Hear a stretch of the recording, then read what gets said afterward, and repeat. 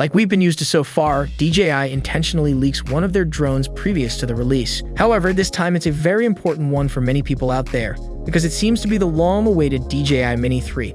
It seems to be the same thing as always, where some DJI worker leaks some pictures taken with a potato somewhere on the internet. DJI probably creates this as an intentional marketing strategy, as well as maybe get some feedback from the comments of people online.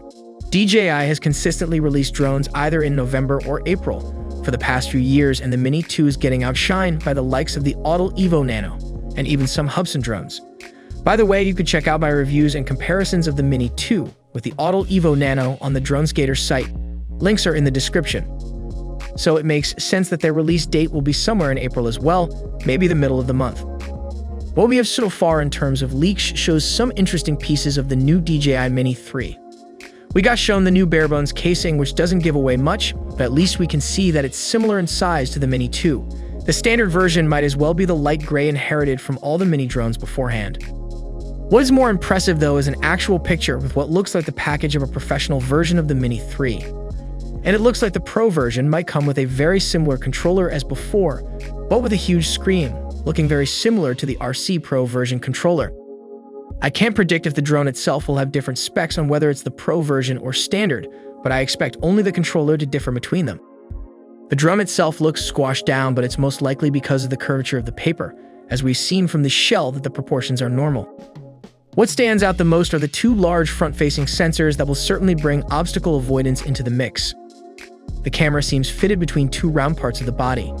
They could be connection points for the gimbal or side bumpers for diminishing jello. One thing is certain, this frame offers much more camera protection than any other DJI drone has gotten before. This makes it a great rugged camera drone for people doing off-roading, sports, hiking, or simply flying too close to different objects.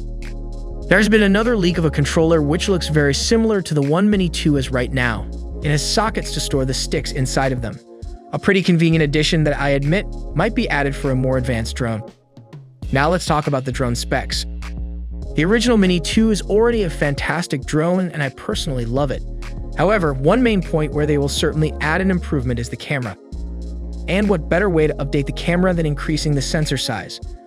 I predict the new sensor will be half an inch, so bigger than previously, but not large enough to make the Air 2s irrelevant.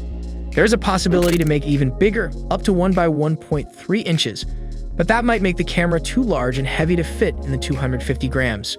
We can also see written on the camera itself that it has an f1.7 aperture, which is quite good, and it will allow for quite a bit of light to come in. So the low light image will certainly be improved. I doubt they will increase the max resolution to more than 4K, and the frame rate will also stay at 60 FPS, because nobody really needs more than that unless it's for shooting action sports or anything else in slow motion. Considering it has front-facing obstacle sensors now, obstacle avoidance will certainly be a thing, as well as the follow me option. The hyperlapse feature would be something new to add from the Mini 2 that will certainly make it more popular. The range might be slightly better, it could use the DJI 3 transmission, and the battery life should have a slight improvement as well. But I'm not expecting much considering all the things they added in front, as it doesn't really look aerodynamic now. Onboard memory would be very cheap to add, and quite an eye-catchy bonus to the mix. This being said, I want to make a bet with you. Subscribe now, and if the drone isn't released in April, you can come back and unsubscribe, as well as leave a comment calling me a shitty drone reviewer or whatever you like. So, what do you think?